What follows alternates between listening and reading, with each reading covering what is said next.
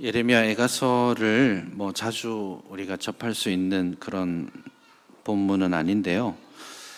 우선은 애가이죠. 슬픔의 노래인데, 애가서는 기본적으로 예루살렘 성전이 멸망한 이후에 성전이 그 멸망한 터 위에서 부르는 그런 슬픔의 노래에 해당됩니다. 그냥 한번 상상을 해보셔도 예레미야가 예루살렘 성전의 멸망을 선포하지 않았습니까?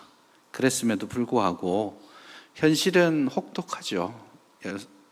정말 영광스러웠던 성전은 무너졌고 백성들은 죽임을 당하거나 혹은 포로로 끌려가는 그런 상황에 처해졌고, 남아있는 사람들도 도망자의 신사가 되어서 거주할 곳을 찾지 못하고, 또 어떤 사람은 이집트로 피난 가듯 자기 고향을 버리고 떠나야만 하는 그런 상황이죠.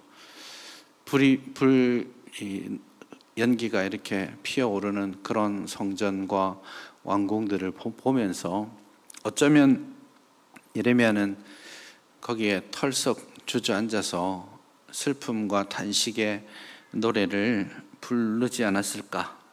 이 본문이 저는 그냥 예레미야 애가서를 보면 정말 그런 상상이 좀 듭니다. 폐허가 된 성전 모퉁이, 거기에 털썩 주저앉아 있는 예레미야, 그리고 가슴을 치면서 통곡하며 하나님께 기도하고 슬프고 슬픈 자신의 마음을 노래하고 있는 그런 이미지가 저는 그려집니다.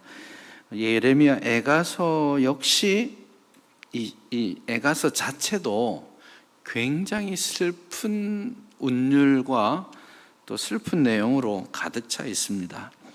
보통 그 히브리어 시들은 운율이 맞습니다. 숫자도 맞습니다. 처음에 두 자로 시작하면 그 다음 라인도 두 자로 끝나고, 세 자로 시작하면 세 자로 끝납니다. 둘, 둘, 셋, 셋, 넷, 넷 이렇게 가거든요. 거의 대부분의 시들이 그렇고, 그걸 맞추기 위해서 굉장히 노력합니다. 히브리 시라는 것이. 그런데 예레미야 애가서는 일부러 이 박자를 하나도 맞추지 않아요. 그거를 그냥 이제 문학적으로 표현하는 그런 방식대로 말하자면 일종의 키나 운율이라고 표현합니다. 그 키나 운율은 어떤 거냐면 셋, 둘, 셋, 둘 이렇게 노래를 해요. 그게 어떤 느낌이냐면 쩔뚝쩔뚝 하는 그 느낌입니다. 그래서 이게 우리나라의 전통적 개념으로 치자면 장송곡 있잖아요. 그 장송곡을 여기서 하기가 좀 그렇긴 한데, 그렇게 하듯이 그냥 쩔뚝쩔뚝 걸으면서 이 예레미야 애가서를 노래하고 있어요. 문학적으로도 애가서를 읽으면 히브리어 본문 자체가 좀 슬퍼지는 그런, 진짜 잘 아름답게 잘 구성되어 있는데 완벽한 히브리어를 쓰고 있는데 완벽하게 슬프고 또 슬픈 그것을 정말 구성진 운율에 담아놓고 있습니다.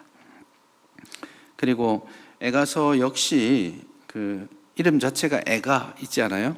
우리는 슬픈 노래 이렇게 애가라고 하지만 예레미야 애가서의 히브리어 제목도 애가입니다.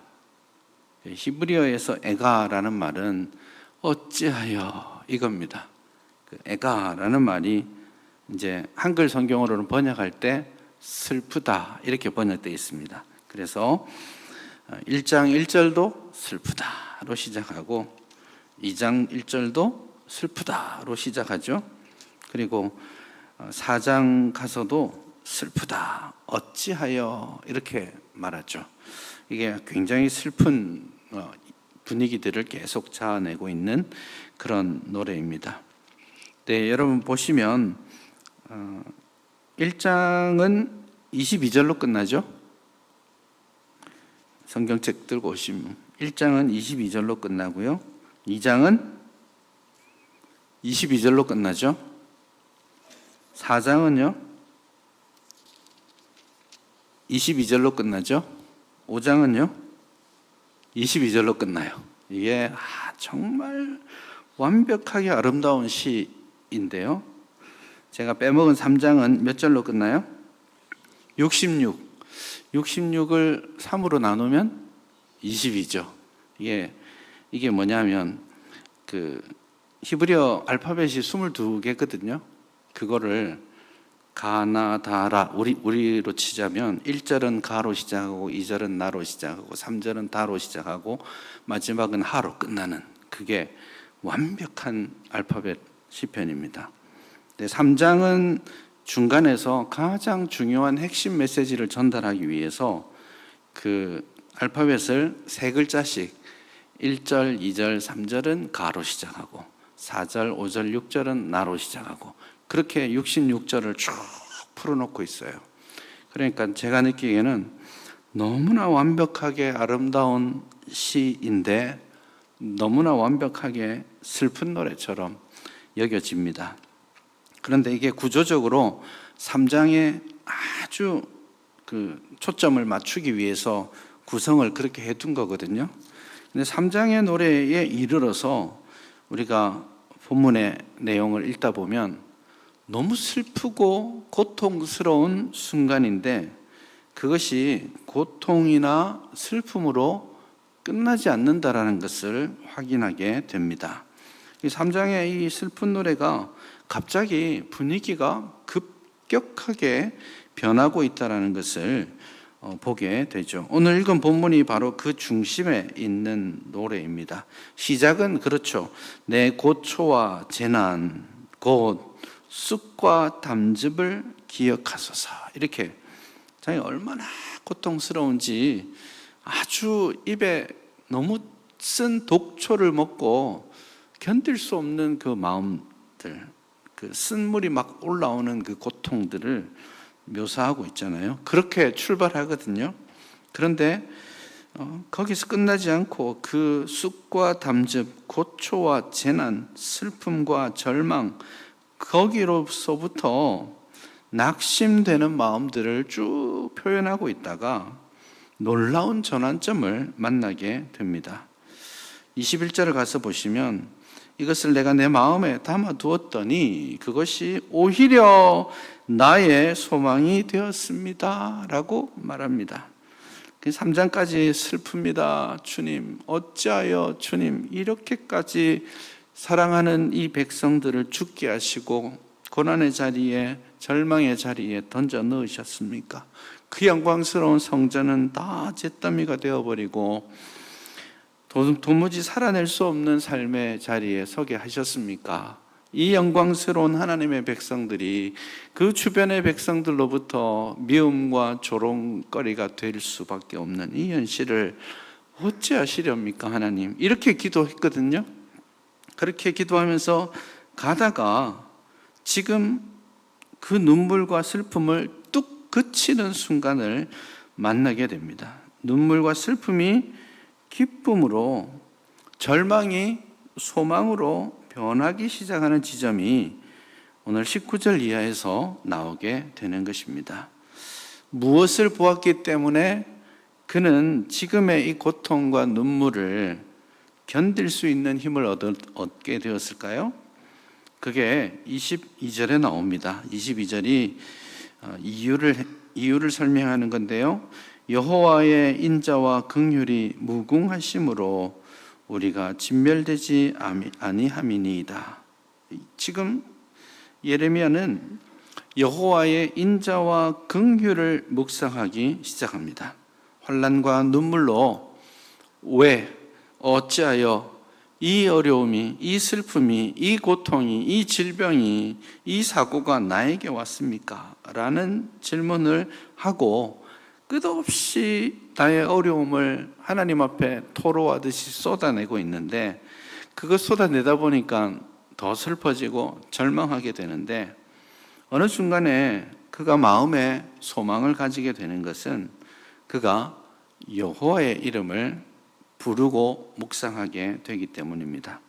실제로 3장은 슬픔의 이야기들을 쭉 하고 있는데 18절에서 처음으로 3장 18절에 보시면 스스로 이르기를 나의 힘과 여호와께 대한 내 소망이 끊어졌다 이렇게 말하는데 중요한 차이점들이 여기에 나오기 시작해요.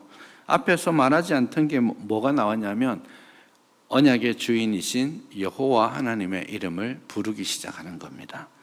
물론 3장 1절에 여호와라는 단어로 시작하는 것 같지만 실제로 히브리어에서는 일부러 18절까지 여호와라는 단어를 전혀 쓰지 않습니다. 그러다가 18절에 와서 여호와라는 이름을 부르기 시작하고 그 하나님을 부르고 그 하나님을 묵상하기 시작하면서 그 슬픔과 절망과 눈물이 고통이 그 담즙의 그 쓰디쓴 고통이 이제 소망이라는 단어로 바뀌게 됩니다. 그 고통을 마음에 두었더니 그것이 오히려 나에게 소망이 되었습니다. 왜냐하면 생각하고 묵상하니까 여호와 하나님이 인자와 긍휼이 풍성하신 하나님이라는 것을, 그리고 그 하나님께서 지금도 인자와 긍휼로 나를 붙들고 계신다라는 사실을 확인한 것이죠. 이게 어떤 전언이냐면 문제를 보고 어려움을 보고 닥쳐온 상황을 보고 거기에 집중하면 고통과 절망이 옵니다. 그런데 그 상황에서 눈을 떼어서 여호와 하나님께 하나님의 성품을, 하나님이 어떤 분이신지, 하나님이 나에게 어떤 은혜와 자비를 베푸시는 분이신지를 보기 시작하니까 문제가 아니라, 고통이 아니라, 상황이 아니라 영원하신 하나님, 그분의 성품, 인자와 긍휼하심을 노래하기 시작할 때 인생의 극적인 전환점은 나타나게 되는 것입니다.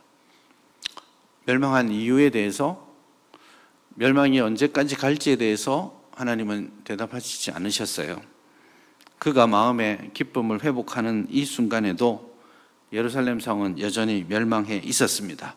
그러니 오늘 이 본문은 문제가 있을 때, 눈물이 있을 때 그것을 어떻게 해결할 것이냐에 대한 이야기를 하는 게 아닙니다. 그 문제와 그 잿더미 위에서도 하나님의 자녀는 하나님 자신으로 말미암아서 소망을 가지고 절망하지 않을 수 있다는 것을 오늘 본문이 말씀하고 있는 겁니다. 그래서 하나님을 묵상하기 시작하니까 이런 고백을 마음속에 담아내는 것이죠. 주의 인자하심이, 긍휼하심이 무궁하시고 이것들이 아침마다 새로우니 주의 성실하심이 크십니다. 여러분 이 찬양곡 기억나시죠? 주의 인자는 끝이 없고. 이 찬송이 너무, 저는 새벽에 앉아서 너무 평화롭게 하나님을 묵상하고 할 때 곧잘 부르는 찬송이거든요. 그런데 한번 생각해 보십시오. 이게 새벽에 참 조용히 만나주시는 하나님이 아니라 잿더미 위에서 어떤 소망도 발견할 수 없는 그 순간에 부르고 있는 노래인 것이죠. 여러분이 어떤 상황들을 만나고 있는지 저는 잘 모르지만 아마도 슬픔과 고통, 눈물의 순간들을 언제나 지나가게 될 겁니다. 지금도 하나님 앞에 애가 어찌하여 이러십니까? 라고, 왜 이런 일들이? 라고 질문하시는 분 분명히 있을 겁니다. 근데 그런 어려움과 눈물의 순간 가운데 하나님을 묵상하시고 주의 인자는 끝이 없고 주의 자비는 영원합니다. 이것이 아침마다 새로우니 주의 성실이 크십니다. 그렇게 노래할 수 있었으면 좋겠어요. 잿더미 위에서도 평화를 누릴 수 있었으면 좋겠습니다. 세상을 보지 마시고 문제를 보지 마시고 하나님을 보셔요. 어떤 순간에도 변하지 않으시는 하나님의 성품을 신뢰하시면 이 찬양 됩니다. 그 3장 오늘 본문 이전에서는 왜 이렇게 힘듭니까? 어찌하여 이런 어려움이 있습니까? 라로 1절부터 시작했지만 주의 성실하심이 크십니다. 이렇게 노래하고 나니까 드디어 24절에 보면 기도의 내용이 바뀌기 시작합니다. 내 심령에 이르기를 여호와는 나의 기업이시니 그러므로 내가 그를 바라리라. 참 멋진 말입니다. 여호와는 나의 기업입니다. 지금 이스라엘 망했잖아요. 모든 기업이 끝장났거든요. 그런데 잿더미가 된 그 순간에 하나님을 보고 나니까 하나님이 나의 기업이십니다. 하나님이 나의 영원한 유산이십니다. 하나님이 나의 재산이시기도 하고 하나님이 나의 주인이시기도 하고 하나님이 나의 소망이십니다 라고 고백하는 거예요. 이거 하박국 선지자가 고백했던 그 고백과도 똑같습니다. 우리가 박수치면서 무화과 나무 잎이 마르고 막 그렇게 하고 있지만 그것도요, 바벨론이 와서 유다 나라를 멸망시킨 그 순간에 부르는 노래거든요. 모든 것이 상실한 그 순간에도 여호와로 인하여 즐거워합니다. 여호와께서 나의 영원한 분깃, 이것도 기업이란 말이죠. 영원한 기업이십니다 라고 고백하는 것이죠. 이런 고백들이 우리 안에 있기를 바랍니다. 슬픔과 눈물과 고통과 낙심되는 그 순간들을 잘 이겨내실 수 있었으면 좋겠어요. 그걸 극복하고 없어지는 순간이 우리 인생에 얼마나 있겠습니까? 그러나 그 위에서도 우리는 1절 우리에게 아침마다 성실하심을 보이시는 그 하나님, 그 하나님의 선하심을 바라면서 기다리고 소망할 수 있기를 바랍니다. 오늘 그런 말씀을 먼저 한번 생각하시면서 같이 기도했으면 좋겠습니다.